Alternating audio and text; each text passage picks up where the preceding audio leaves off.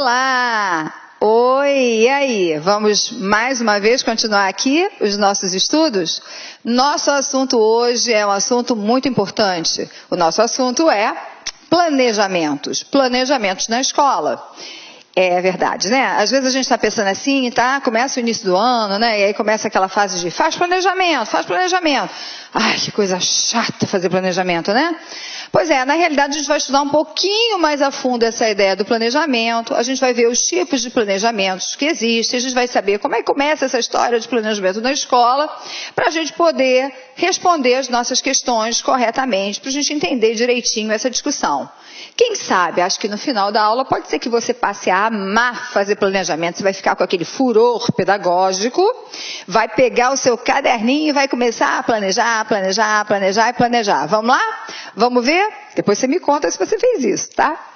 Quando a gente fala em planejamento, a gente começa a pensar assim, mas olha, de onde surgiu essa ideia? Primeiro, a gente tem que entender que planejamentos fazem parte da nossa vida. A gente planeja tudo.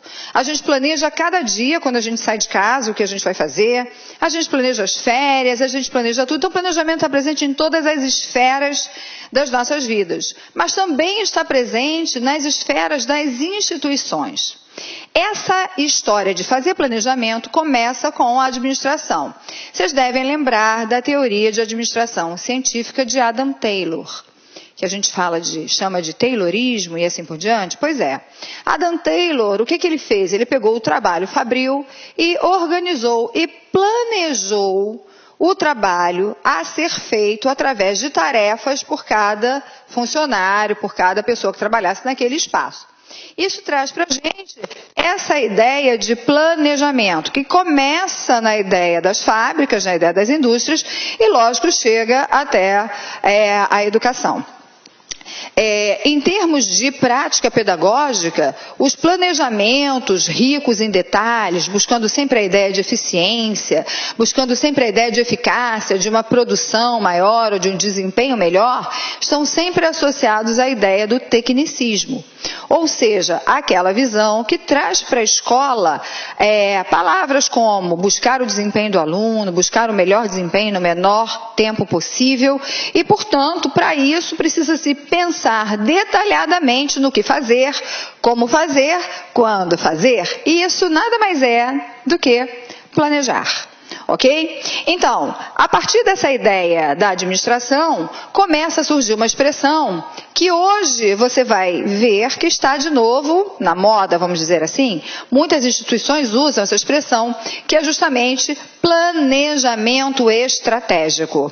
O planejamento estratégico é uma ferramenta hoje ainda muito utilizada pelas instituições para poder organizar o seu cotidiano, para poder pensar nas suas metas e como alcançá-las. Então, na realidade, é um processo contínuo que compreende sempre algumas preocupações. Preocupações são um horizonte de tempo maior. Um planejamento estratégico, ele é sempre a longo prazo. Se eu vou planejar estrategicamente, eu vou buscar essas estratégias para que eu alcance o meu objetivo e, portanto, eu preciso considerar um tempo razoável para que essas metas possam ser alcançadas. Amplitude ou abrangência desse projeto. Então, eu vou ter que pensar numa questão de administração de cúpula, ou seja, qual a abrangência? Que tipo de administração a gente vai ter? Como é que a gente faz para alcançar isso e para administrar esse planejamento? Porque todo planejamento, ele precisa acontecer. Ele precisa sair do papel, ele precisa ser administrado para que ele possa, de fato, ser executado. Especificação de metas e objetivos e de meios para alcançá-los. Não adianta eu dizer qual é a minha meta se a gente não tem o passo a passo para alcançar. Muitas vezes esse é um dos maiores problemas dos planejamentos. Planejar em cima de metas somente não é suficiente. Eu preciso pensar a meta, mas eu preciso também pensar nas estratégias que eu vou utilizar para alcançar essas metas. Senão fica um planejamento vazio. Só coloco objetivo, meta e não digo como eu faço. Isso não é planejamento de fato, isso não traz nenhuma vantagem para ninguém. tem que pensar também nesse relacionamento daquela organização com o ambiente externo. Se essa organização é uma escola, eu preciso pensar nas relações dessa escola com a sua comunidade, nas relações dessa escola com o seu sistema de ensino, na relação dessa escola com toda a legislação, com todas as possibilidades que ela tem e especialmente pensar na relação dessa escola com os seus alunos, que são o seu foco principal dessa relação que se institui na escola, que é a relação entre professores, alunos, ou seja, essa relação que é educativa. Portanto, para planejar estrategicamente, a gente tem que entender que é preciso que passe por trás dessa ideia uma atividade que seja administrativa. É administrativo. O planejamento estratégico, então, não compete ao docente de classe. Compete àquele que está na gestão de uma unidade, aquele que faz parte da equipe da gestão, às vezes não precisa ser especificamente somente a figura do gestor principal, mas a essa equipe compete pensar e planejar estrategicamente os rumos daquela instituição. Tem sempre como objetivo direcionar os rumos dessa instituição, de qualquer estrutura, e dar sustentabilidade às organizações, seja qual for a sua natureza.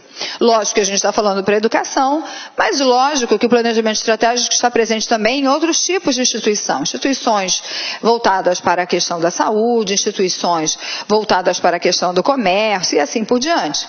Cada um vai olhar a sua própria natureza, o seu próprio trabalho, as estratégias para as suas próprias metas, para que isso possa ser, então, efetivamente, administrativamente resolvido, conseguido e trilhado, principalmente. Na realidade, trilhado antes até do que conseguido, né? Então, algumas pessoas planejam de forma muito sofisticada e altamente científica, obedecendo aos mais rígidos princípios teóricos e em nada se afastando dos esquemas sistêmicos que orientam o processo de planejar, de executar e de avaliar. Sim, porque não dá para falar de planejamento sem falar de avaliação. Sempre que eu planejo alguma coisa, eu planejo, executo e avalio. E isso é algo que vocês têm que saber. E isso a gente faz o tempo inteiro, mesmo que a gente não faça de uma forma esquemática, mesmo que a gente não registre, as avaliações elas acontecem constantemente. Constantemente você planejou alguma coisa, você executou e você às vezes mentalmente já está avaliando aquela ação. A mesma coisa acontece no plano estratégico. Então ele tem que ser planejado, ele tem que ser executado e ele tem que ser avaliado. Mas existe uma outra forma também que está mais presente nas pessoas que não têm ainda o conhecimento voltado para a área, que nem sabem da existência dessas teorias de planejamento, mas que fazem seus planejamentos sem muitos esquemas ou dominações técnicas. Mas são planejamentos que podem ser agilizados de forma simples, com bons e ótimos resultados. Então, para você fazer um bom planejamento, você não precisa dominar a teoria, você não precisa dominar a técnica. Mas, se você tiver um planejamento e seguir essa regra simples, planejo, executo e avalio, você tem grandes chances de ter bons resultados naquilo que você planejou. Então, olha só, quem é que vai fazer o planejamento estratégico? Quem precisa, quem está dentro dessa perspectiva do planejamento estratégico? Toda organização ou instituição se desenvolve através dessas 3 etapas: planejamento, acompanhamento e controle. Então, vamos lá, a instituição começou a fazer o seu planejamento estratégico, então tá. Colocou em prática, está lá, ó, planejamento, o acompanhamento e o controle. Se eu tenho metas, eu tenho que buscar acompanhá-las. Eu tenho que acompanhar a execução das mesmas e tenho que buscar formas de controle dessa situação. Todo trabalho, então, tem que ser previsto para o semestre ou para o ano. No planejamento é referendado o que e como fazer, do acompanhamento à execução e do controle à avaliação. Então, as metas, elas estão sempre relacionadas a uma questão da temporalidade, de qual será o tempo previsto para que aquela ação de fato aconteça, para que aquilo se execute. E por isso o acompanhamento e o controle são extremamente necessários, até para que se possa fazer ajustes necessários ao longo desse processo.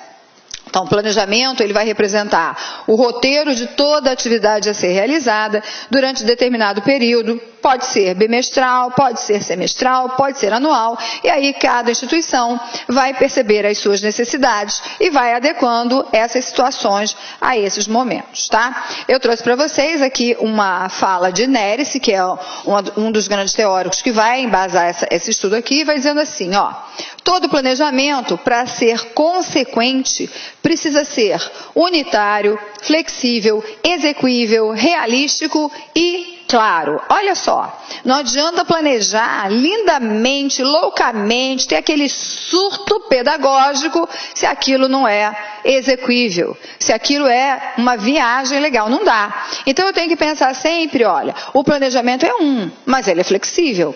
A gente já cansou de ouvir essa expressão, né? Todo planejamento tem que ser flexível, tem que ser mesmo. Até porque um planejamento, ele não conta com as imprevisibilidades do caminho. Existem coisas que acontecem que a gente não tem condição de prever.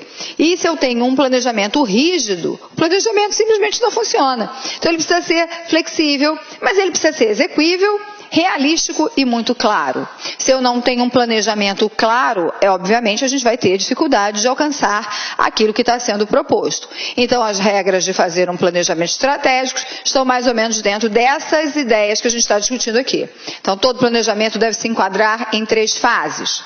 Uma fase que é a fase de previsão, uma fase de programação e uma fase de avaliação.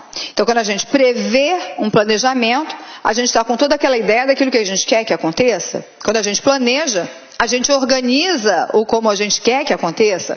E, obviamente, a gente vai avaliando o tempo inteiro esse planejamento, acompanhando a sua execução, acompanhando as suas dificuldades, os seus percalços, para que esses rumos possam ser corrigidos e possam ser alterados, caso isso seja de fato necessário. E se a gente for pensar nessas fases, olha só um pouquinho mais. Previsão, na fase na qual se determinam os objetivos e os meios para concretizá-los. A programação, a fase em que se determinam as etapas da execução das atividades direcionadas para o alcance dos objetivos, visando a realização do planejamento. E a avaliação, onde são analisados os resultados da execução das ações desenvolvidas e que deve fornecer dados para reajustes na previsão e programação, bem como fornecer dados para melhorar os futuros planejamentos. A ideia da avaliação, ela sempre traz para a gente uma ideia de reflexão para que a gente possa alterar e buscar melhores resultados futuros. Isso se aplica para todo tipo de planejamento, para todas as situações de planejamento.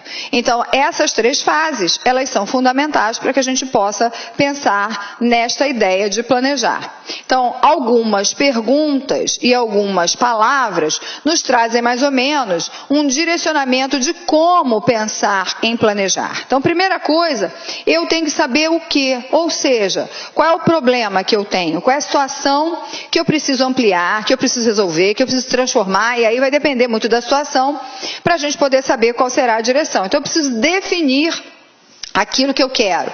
Qual é o meu foco? Eu preciso, para planejar, ter definido o meu foco. Se eu não sei para onde eu quero ir, se eu não sei o que eu quero investigar, se eu não sei o que eu quero melhorar, como é que eu planejo? Então, a primeira coisa, eu preciso definir isso. Isso é extremamente importante. Parece muito claro, parece muito óbvio, mas um dos maiores problemas do planejamento é que o planejamento ele fica meio solto, porque às vezes as pessoas se deparam com tantas situações que tem uma dificuldade de selecionar aquela que aquele planejamento vai justamente tentar resolver. Então, a gente precisa ter foco ao fazer planejamentos. E esses planejamentos, gente, eles servem para diferentes situações, lembra? Mas a gente precisa estabelecer focos, estabelecer prioridades. Eu tenho que entender por quê, ou seja, Júnior, para aqui que está tudo colado. Júnior, stop. Gente, estou voltando um pouquinho, porque eu chamei o Júnior aqui, tá? Então vou voltar o slide todo de novo, tá? Bom, então para a gente pensar no planejamento, tem sempre alguns itens que são essenciais, que a gente não pode deixar de considerar para que a gente possa conseguir o resultado esperado. Primeira coisa é pensar o que vai ser o foco do meu planejamento.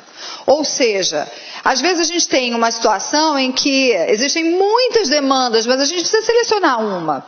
A gente precisa ter foco para planejar. Imagina, um planejamento, ele não tem como dar conta de elementos tão diversos. Então, a gente precisa planejar especificamente para cada um deles. Então, o que vai ser o foco do meu planejamento? O que eu vou pesquisar? O que eu quero fazer? O que eu vou transformar? É uma etapa inicial para a gente poder, de fato, iniciar um planejamento que possa alcançar os seus objetivos. A segunda questão é pensar por quê. Ou seja, pensar na justificativa daquele planejamento. Então, eu já sei o que, mas por que eu quero aquele o quê? Por que eu quero aquele tipo de investigação? Ou seja, quais são as razões, qual é a relevância desse plano, a relevância desse projeto, para que ele vai acontecer? Ou seja, quais os objetivos que se pretende alcançar? Essas são discussões iniciais, obviamente eu tenho que ter claro isso. E a gente pode trazer isso para as questões mais simples e cotidianas. Então, o que eu quero? Eu quero pensar na minha viagem. Por que eu quero pensar na minha viagem? Porque eu trabalhei o ano inteiro e eu mereço. Mas para quê? Para relaxar, porque a vida de professor é muito estressante. Estão notando como é que a gente vai dando essa entonação? Para quem eu vou fazer isso? A minha viagem vai ser para mim mesmo, para minha família. Mas se eu estiver pensando num projeto ou no planejamento para a escola, eu tenho que entender para quem se destina aquele trabalho. Para os alunos, para a comunidade escolar toda, para os professores, qual é, de fato, aquele público que vai ser beneficiado ou que vai ser o alvo de todo esse projeto. Com quem? Ninguém faz nenhum planejamento sozinho, até porque a gente não age sozinho. Então, a gente precisa definir com quem nós contamos para esse projeto. São os recursos humanos, que são extremamente importantes, ainda mais quando a gente fala de planejamentos dentro da esfera educacional. Então, eu tenho que contar com pessoas que sejam capazes de realizar algumas tarefas que tenham sido pensadas e tenham sido elaboradas dentro desse projeto. Não adianta planejar contando com um recurso humano que não se tem. Aí é planejar furado. Já se sabe que o planejamento vai ter falhas no seu resultado. Com o que eu vou planejar? Não adianta eu pensar só nas pessoas se eu também não pensar nos meus recursos. Os meus recursos são recursos materiais, equipamentos e tudo mais, recursos financeiros. Já vi alguns equívocos de algumas unidades escolares que planejam da seguinte forma: nós queremos que os alunos tenham acesso às questões da informática, da tecnologia, do mundo digital. Ok, mas não tem recurso. Não tem uma sala ou um laboratório de informática, não tem equipamento e às vezes não tem nenhum professor. Precisa planejar em vão. A gente precisa planejar com os pés no chão, né? De que forma que a gente vai trabalhar, então qual é a metodologia que vai ser utilizada, você vai explicar os procedimentos para que se alcance esses objetivos. A metodologia é extremamente importante, até porque ela vai sempre se ajustar àquilo que é a nossa ideia inicial, ela vai sempre se ajustar aos recursos que nós temos, ela vai sempre se ajustar para que a gente alcance os objetivos. Olá, meus amigos, minhas amigas, sou o professor Luiz Antônio de Carvalho, com muita satisfação, muito orgulho, estou aqui para lhe apresentar a nossa isolada de conhecimentos pedagógicos aqui da La Concurso, né? Antes de mais nada, eu peço licença, você estava assistindo no vídeo aí, ou do professor Bodão, ou da professora Márcia Gil, mas esse vídeo, nós temos a intenção de ser apenas um vídeo demonstrativo, para você conhecer a qualidade dos nossos professores. Esse vídeo representa apenas 20% da videoaula, da aula inteira. Quer assistir o restante? Então clique aqui embaixo que você tem um link, esse link vai direcionar você aí lá para o nosso site, uma isolada de conhecimentos pedagógicos total, né? Todas as aulas do professor César Bodão e todas as aulas da professora Márcia Gil. Investimento apenas R$ 80, 2 professores, Prazo de acesso, 60 dias. E durante 60 dias você pode assistir quantas vezes, na hora que quiser, na hora que desejar, né? Tá certo? Carga horária, 84 horas, né? Atualmente, eu digo atualmente por quê? Porque dentro desse prazo de 60 dias nós podemos ter aí alguma atualização e esse módulo recebe aí todas as atualizações durante esse período, né? Quantidade de aulas, 109 horas, né? Ou seja, só aqui na La Concurso você pode ter certeza aí que é o melhor módulo de isolado de conhecimentos bancários existentes aí no mercado. Forte abraço, espero vocês. Fui, tchau. Clique lá.